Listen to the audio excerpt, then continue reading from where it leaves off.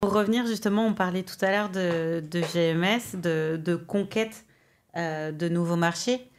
Comment tu as réussi à entrer, alors ne m'en veux pas, mais en tant que petit, on Ouais. va dire, sur un Mmh. marché qui est quand même bien maîtrisé par les mastodontes? Comment on fait? Comment on y arrive? Alors, bah, déjà avec une Inno. Ouais, Si j'avais pas eu cette Inno, je rentrais pas, ça ouais, c'est évident. Bon après j'ai pas lancé cette gamme pour aller, en GMS, hein. ouais, ouais, ouais. C'était au départ, on voulait la vente par correspondance. Maintenant, il y a pas eu un accueil favorable, on a basculé sur la GMS parce que aussi on a été accueillis via cette Inno qui était très, très intéressante pour eux parce qu'ils n'avaient jamais vu ça en fait, Ouais, hein. ouais, ouais. Donc ça m'a permis de rentrer. Puis une fois que tu en as un qui commence, après il y en a un deuxième, il y en a un troisième, un quatrième, etc. Ça fait un petit peu effet boule de neige. Et donc c'est ça qui permet de gagner sa place. Après, il faut la garder. Oui, c'est ça. Ouais, c'est pas le tout C'est de que tu as deux rentrer. objectifs en fait. C'est et de rentrer et après de prouver qu'on a bien fait, qu'on a fait, enfin, que les gens ont eu raison de te faire rentrer, quoi. Tout à fait.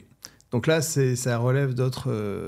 Il y a d'autres contraintes là. C'est-à-dire que pour être présent sur les étagères des magasins, il faut passer quand même assez régulièrement pour aller visiter ces magasins. Ouais. Et qui passent en général, sont des commerciaux, des chefs de secteur.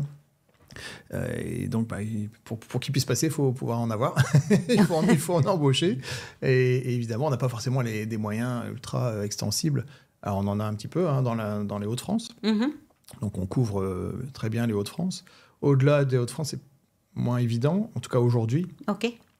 Donc, après, il y a d'autres solutions, hein. Tu sais, on peut faire appel à des agents, Ouais. des choses comme ça. Donc, évidemment, on est en train de mettre des choses en place.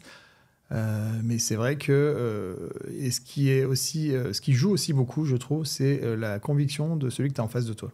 Ton interlocuteur, qui est un chef de rayon, un responsable, un manager, un directeur de magasin, un adhérent, s'ils sont convaincus de ta gamme, s'ils adhèrent vraiment, ils vont te faire de la place. Ouais. Ils vont te faire de la place, définitivement, parce qu'ils y croient.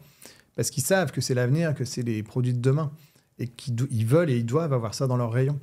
Et donc, la conviction est super importante. Mm. Donc, ils ont une conviction parce que aussi la personne qui leur a vendu avait la conviction du produit. C'est toujours Alors, pareil aussi.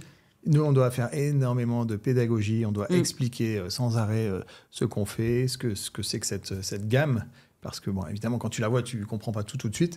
Donc, en fait, le fait d'expliquer, souvent, quand on explique, eh bien, ce qu'il en ressort, c'est « Ah ouais, Ouais, c'est ça. c'est super ce que vous faites !» C'est ça, c'est la manière dont tu as amené aussi Ah oui. le produit. Oui, On est oui, d'accord. oui, tout à fait. Il y a moi qui explique aussi en centrale d'achat, mais il y a également mes chefs de secteur qui Bien en sûr. parlent aux responsables des magasins quand ils les visitent, hein. J'ai des personnes qui sont sur la route sans arrêt, qui voient des magasins à longueur de journée et qui prêchent la bonne parole, hein, qui sont là pour justement pour expliquer ce que c'est que les secrets de Léontine, Mhm. pourquoi c'est là et qu'est-ce que ça apporte.